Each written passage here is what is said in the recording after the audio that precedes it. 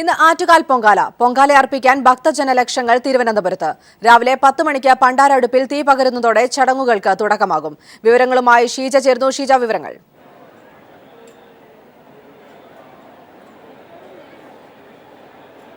മറിയ, തലസ്ഥാന നഗരത്തെ യാഗശാലയാക്കി മാറ്റുന്ന ആറ്റുകാൽ പൊങ്കാലയ്ക്ക് ഇനി മണിക്കൂറുകൾ മാത്രമാണ് ശേഷിക്കുന്നത്.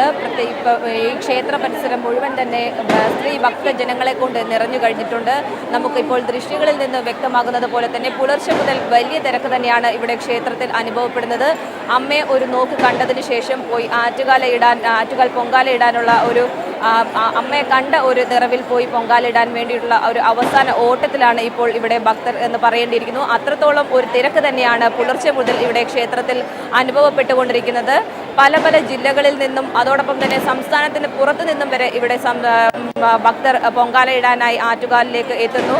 ക്ഷേത്രത്തിന് 10 കിലോമീറ്റർ ചുറ്റളവിൽ വരെയാണ് പൊങ്കാല നീളുന്നത്. ഇതിനായി വിപുലമായ ക്രമീകരണങ്ങളാണ് ജില്ലാ ഭരണകൂടത്തിൻ്റെയും നഗരസഭയുടെയും പോലീസിൻ്റെയും ഭാഗത്തു നിന്നെല്ലാം ഉണ്ടായിട്ടുള്ളത്. രാവിലെ 10 മണിക്ക് ക്ഷേത്രത്തിൽ ശാന്തി ശ്രീകോവിലിൽ ദീപം തെളിയിച്ച ശേഷം ആ തീയാകും പുറത്തേക്ക് പകരുക. അത് വലിയ തിടപ്പള്ളിയിലും ചെറിയ തിടപ്പള്ളിയിലും പകർന്ന ശേഷം ക്ഷേത്രത്തിന് മുന്നിൽ സജ്ജീകരിച്ചിട്ടുള്ള പണ്ടാരടുപ്പിലേക്ക് തീ പകരുന്നതായിരിക്കും. ഇതേ സമയം തന്നെ ലക്ഷക്കണക്കിനുള്ള ലക്ഷോപലക്ഷം സ്ത്രീ ഭക്തജനങ്ങളുടെ അടുപ്പുകളിലേക്കും ഈ പൊങ്കാല തീ പകരുന്നതായിരിക്കും.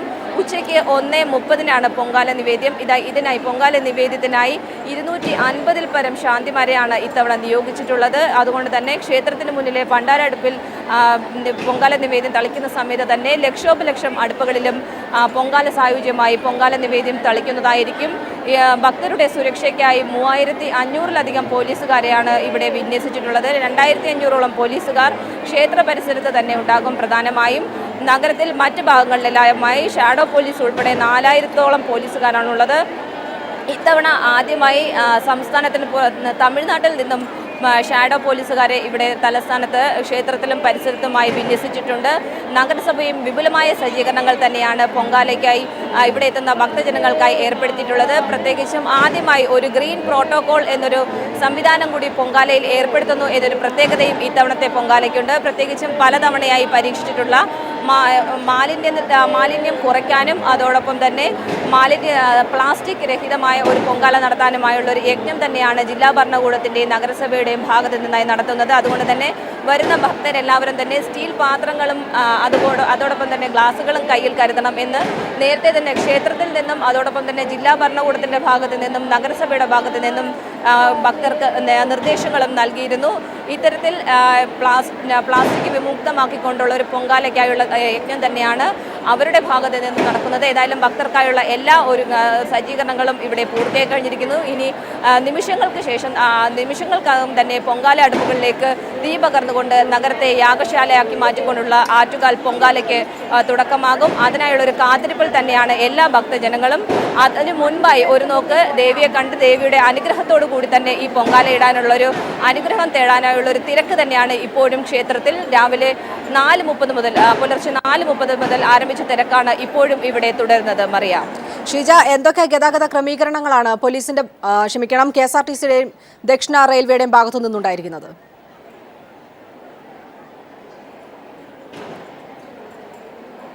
മറിയ, ഇവിടെ എത്തുന്ന ഭക്തജനങ്ങൾക്ക് വേണ്ടി കഴിഞ്ഞ ദിവസങ്ങളിൽ തന്നെ KSRTCയും അതോടൊപ്പം തന്നെ റെയിൽവേയും വിപുലമായ സജ്ജീകരണങ്ങൾ തന്നെയാണ് ഏർപ്പെടുത്തിയിട്ടുള്ളത്. പ്രത്യേക സർവീസുകൾ ഇതിനായി ഇവിടേക്ക് വരാനും പോകുവാനുമായി ഭക്തർക്കായി ഏർപ്പെടുത്തിയിട്ടുണ്ട്. ഇന്ന് രാത്രി വരെയും ഇവർക്ക് തിരിച്ചു പോകാനുള്ള എല്ലാവിധ ഒരുക്കങ്ങളും റെയിൽവേയുടെയും KSRTCയുടെയും ഭാഗത്ത് നിന്നും ചെയ്തിട്ടുണ്ട്. അതിനായി പ്രത്യേക സർവീസുകൾ അവർ ഏർപ്പാടാക്കിയിട്ടുണ്ട്. അതിനു പുറമെ മറ്റൊന്ന് ഗതാഗത നിയന്ത്രണമാണ്. ഇന്നലെ ഉച്ചയ്ക്ക് 2 മണി മുതൽ തന്നെ തലസ്ഥാന നഗരത്തിൽ പൊങ്കാലയോടനുബന്ധിച്ചുള്ള ഗതാഗത നിയന്ത്രണം ആരംഭിച്ചിരുന്നു. അതുകൊണ്ട് തന്നെ ഈ ക്ഷേത്ര പരിസരത്തേക്ക് മറ്റ് വാഹനങ്ങൾ ഒന്നും തന്നെ കടത്തിവിടുന്നില്ല. ഇന്ന് രാത്രി 8 മണി വരെ ഈ ഗതാഗത നിയന്ത്രണം തുടരും എന്ന് തന്നെയാണ് സിറ്റി പോലീസ് കമ്മീഷണർ വ്യക്തമാക്കിയിട്ടുള്ളത്.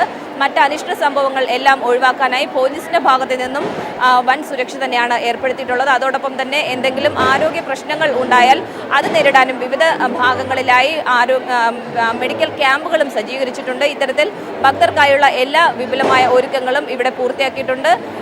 എല്ലാവരുടെയും ശ്രദ്ധ ഇനി 10 മണിക്ക് പൊങ്കാല അടുപ്പുകളിലേക്ക് തീ പകരുന്ന ആ ഒരു നിമിഷത്തിലേക്കാണ്. അതിനു മുൻപായി അവസാനമായി പൊങ്കാലയ്ക്ക് മുൻപായി ദേവിയുടെ ഒരു അനുഗ്രഹം തേടിക്കൊണ്ട് പൊങ്കാല അർപ്പിക്കാനുള്ളൊരു നെട്ടോട്ടത്തിൽ തന്നെയാണ് ഇപ്പോൾ ഭക്തർ എന്ന് പറയേണ്ടിയിരിക്കുന്നു. അത്തരത്തിലൊരു തിരക്ക് തന്നെയാണ് ഇവിടെ ആറ്റുകാൽ ക്ഷേത്രത്തിന് മുന്നിൽ നമുക്ക് കാണാൻ സാധിക്കുന്നത്.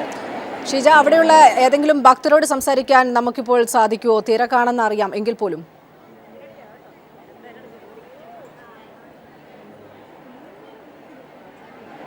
പറയാം, അതിനെന്തായാലും ഞാൻ ശ്രമിക്കാം. എത്ര നാളെ ചേച്ചി ഇവിടെ പൊങ്കാല? 5 വർഷം കൊണ്ടുവരുന്നു. 5 വർഷമായി. എന്താണ് ഓരോ വർഷം കഴിയുന്നതോടെ ഇങ്ങനെ പൊങ്കാലയ്ക്ക് വരണം എന്നൊരാഗ്രഹം തോന്നാൻ കാരണം എന്താണ്? നമ്മൾ വരുന്നതിനുള്ള പ്രതിഫലം കിട്ടുന്നുണ്ട്, അതുകൊണ്ട് വരുന്നത്. എന്താണ് ചേച്ചി? ഞാൻ 7ാമത്തെ വർഷമാണ് പൊങ്കാല ഇടുന്നത്. ഒരുപാട് കാര്യങ്ങൾ സാധിച്ചിട്ടുണ്ട്. ഇനി അങ്ങനെ ഒരു കാര്യം ഉണ്ടാകും എന്ന മനസ്സിൽ ഉറപ്പോടുകൂടി ഈ വർഷവും വന്നു. ഏതെങ്കിലും ഒരു തവണ പൊങ്കാല ഇടാൻ പറ്റിയില്ല എന്നുണ്ടെങ്കിൽ അത് എത്രത്തോളം വിഷമമാണ്? ഭയങ്കര വിഷമമാണ് മക്കളെ. 30 കൊല്ലം കൊണ്ട് വരണം. എൻ്റെ ഭർത്താവ് മരിച്ചപ്പോഴും എൻ്റെ സഹോദരൻ മരിച്ചപ്പോഴും 2 വർഷം വന്നില്ല. ഇപ്പോഴും എനിക്ക് സുഖമില്ല. എങ്കിലും വന്നു തൊടാനൊരു ഭാഗ്യം തന്നെ. മറിയ, അത് തന്നെയാണ് എല്ലാവർക്കും.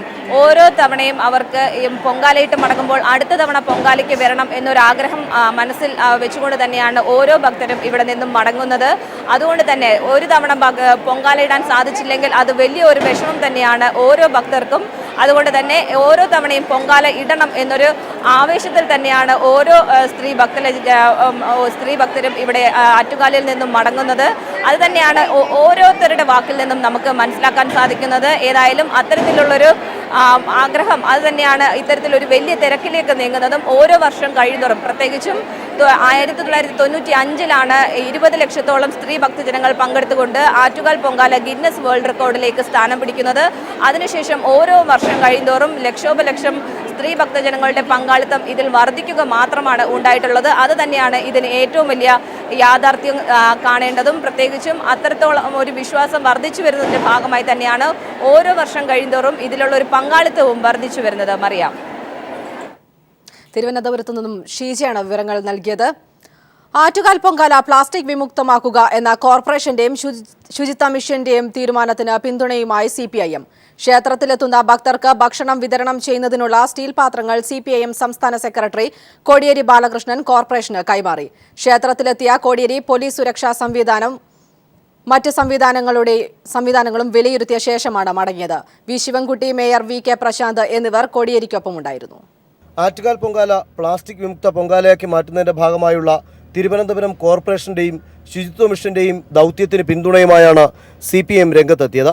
ആറ്റുകാൽ പൊങ്കാലയുടെ ഒരുക്കങ്ങൾ വീക്ഷിക്കാനും CPIM തിരുവനന്തപുരം ജില്ലാ കമ്മിറ്റി ഭക്തജനങ്ങൾക്കായി നൽകുന്ന സ്റ്റീൽ പാത്ര വിതരണത്തിനുമായാണ് CPIM സംസ്ഥാന സെക്രട്ടറി കോടിയേരി ബാലകൃഷ്ണൻ ആറ്റുകാൽ അമ്പലത്തിലെത്തിയത്. വലിയൊരു ദൗത്യമാണ് കോർപ്പറേഷൻ ഏറ്റെടുത്തിരിക്കുന്നതെന്ന് കോടിയേരി അഭിപ്രായപ്പെട്ടു. പ്ലാസ്റ്റിക് വിമുക്ത പ്രവർത്തനത്തിൻ്റെ ഭാഗമായിട്ടാണ് ഇത് സംഘടിപ്പിച്ചിട്ടുള്ളത്. ആറ്റുകാൽ പൊങ്കാല ഇതോടനുബന്ധിച്ച് വരുന്ന ആളുകൾക്ക് വളരെ സൗകര്യപ്രദമാണ്.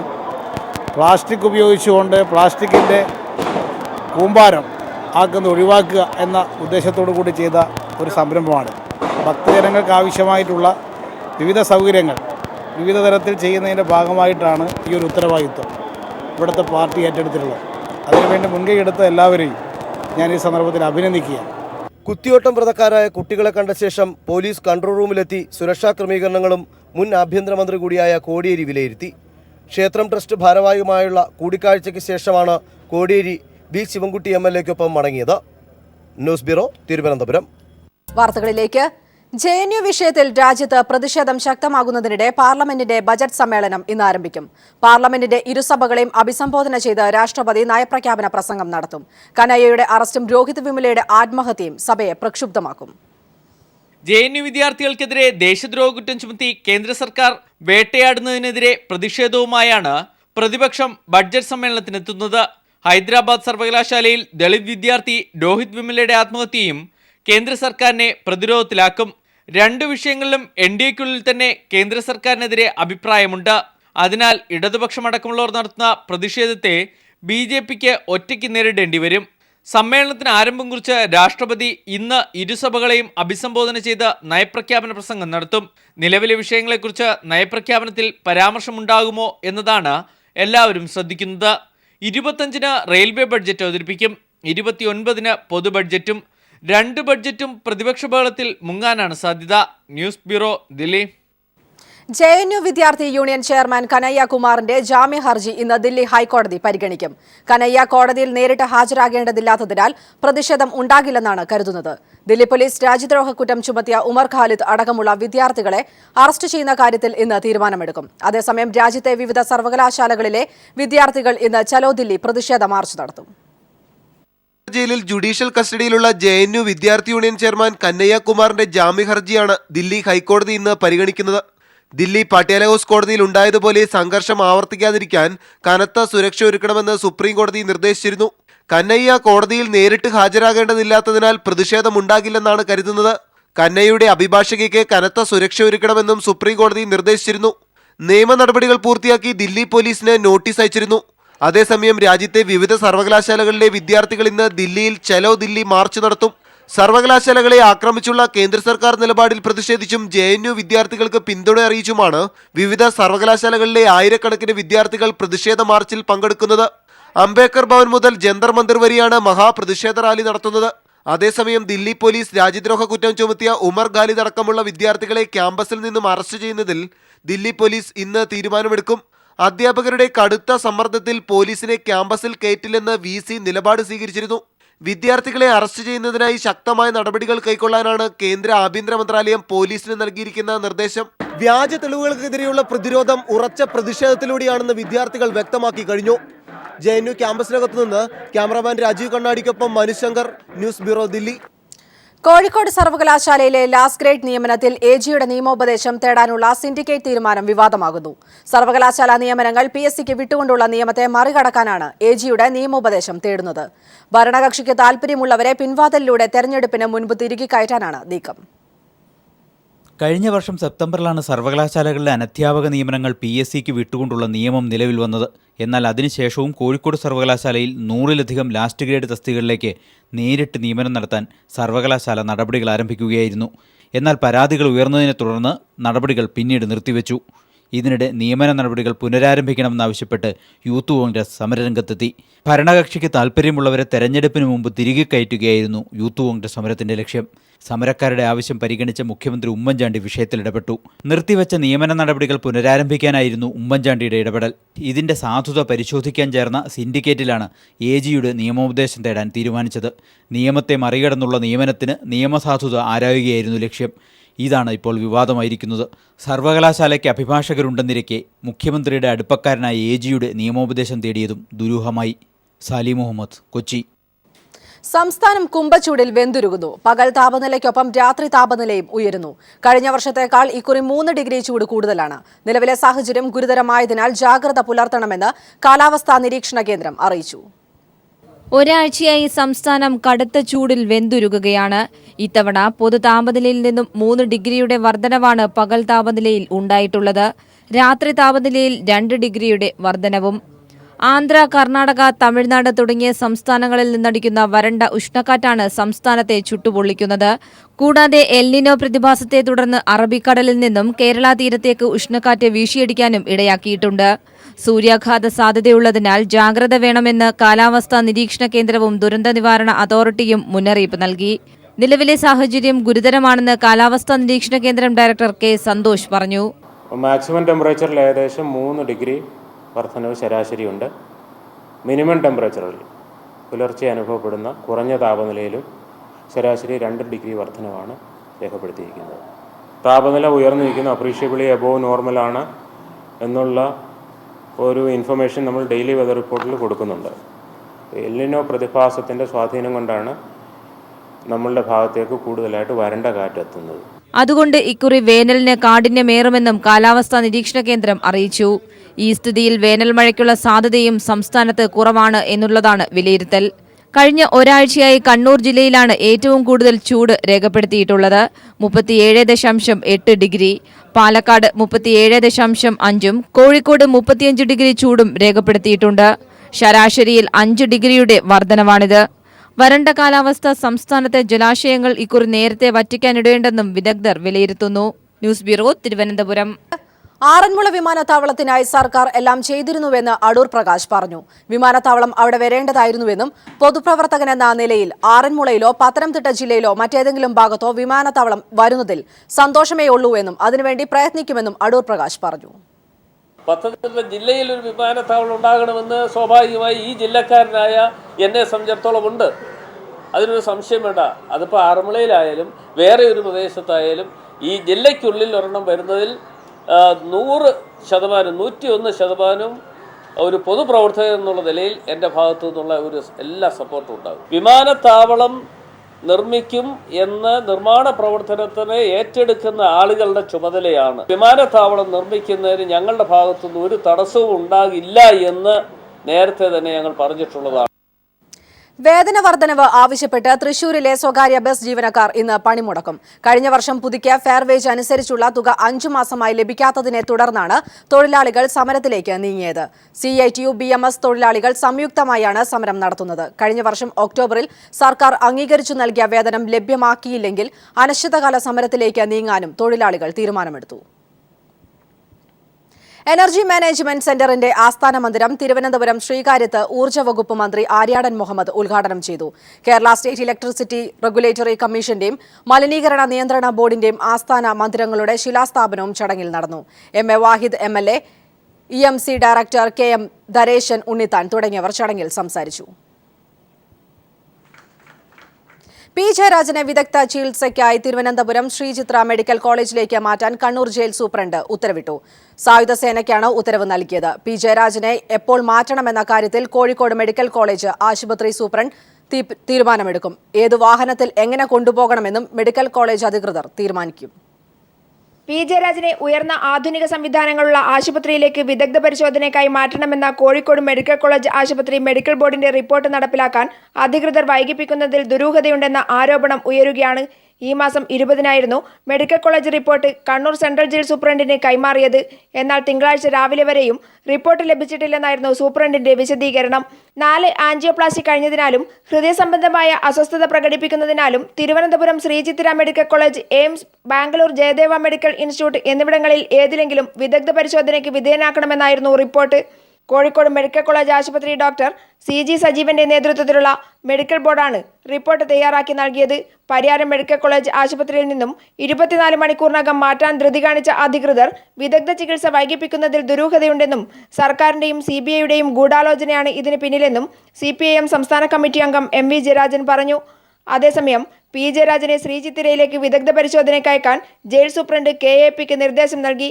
എന്നാൽ ഏത് വാഹനത്തിൽ എപ്പോൾ കൊണ്ടുപോകണമെന്ന കാര്യത്തിൽ തീരുമാനമായിട്ടില്ല. News bureau, Kannur. കാസർഗോഡ് കേന്ദ്ര സർവകലാശാലയിൽ വിദ്യാർത്ഥികൾ വൈസ് ചാൻസലറെ ഉപരോധിച്ചു. ഹോസ്റ്റൽ ഫീസ് വർധനവ് പിൻവലിക്കണമെന്നും മെറിറ്റ് സ്കോളർഷിപ്പ് വെട്ടിക്കുറയ്ക്കാനുള്ള നീക്കത്തിൽ നിന്നും പിന്തിരിയണമെന്നും ആവശ്യപ്പെട്ടാണ് രാത്രി വരെ തുടർന്ന പ്രക്ഷോഭം ABVP ഒഴികെയുള്ള മറ്റ് വിദ്യാർത്ഥി സംഘടനകൾ ചേർന്ന് സംഘടിപ്പിച്ചത്. പോലീസ് ഇടപെട്ടെങ്കിലും വിദ്യാർത്ഥികൾ വഴങ്ങിയില്ല. രാത്രി വൈകി താൽക്കാലികമായി നിർത്തിവെച്ചെങ്കിലും സമരം തുടരുമെന്ന് സമരസമിതി അറിയിച്ചു. ഈ വാർത്തയിലേക്ക് വരാം. മറ്റൊരു വാർത്തയിലേക്ക്. നിയമസഭാ തെരഞ്ഞെടുപ്പിനുള്ള ഒരുക്കങ്ങൾ ചർച്ച ചെയ്യാനായി മുസ്ലിം ലീഗ് സംസ്ഥാന നേതൃയോഗവും പ്രവർത്തക സമിതി യോഗവും ഇന്ന് മലപ്പുറത്ത് ചേരും. കൂടുതൽ സീറ്റുകൾ ആവശ്യപ്പെടേണ്ടെന്നാണ് ധാരണയെങ്കിലും ചില സീറ്റുകൾ വെച്ചുമാറുന്നത് സംബന്ധിച്ച തീരുമാനങ്ങളും സ്ഥാനാർത്ഥി നിർണയവുമായി ബന്ധപ്പെട്ട കാര്യങ്ങളും യോഗങ്ങൾ ചർച്ച ചെയ്യും. 3 തവണ സീറ്റ് നൽകിയവർക്ക് വീണ്ടും നൽകേണ്ടെന്നാണ് നേതൃതലത്തിൽ തീരുമാനിച്ചിട്ടുള്ളതെങ്കിലും സംസ്ഥാന നേതാക്കൾക്ക് ഇളവുണ്ടാകും. MLAമാരുടെ പ്രവർത്തനങ്ങൾ സംബന്ധിച്ച സർവേ റിപ്പോർട്ടും വിലയിരുത്തും. വിവിധ ആവശ്യങ്ങൾ ഉയർത്തി വയനാട്ടിൽ ആദിവാസി ക്ഷേമ സമിതി കലക്ടറേറ്റ് ഉപരോധിച്ചു. രാവിലെ 6 മണിക്ക് ആരംഭിച്ച ഉപരോധം 3 മണിയോടെയാണ് അവസാനിപ്പിച്ചത്. സമരം CPIM പോളിറ്റ് ബ്യൂറോ അംഗം ബൃന്ദ കാരാട്ട് ഉദ്ഘാടനം ചെയ്തു.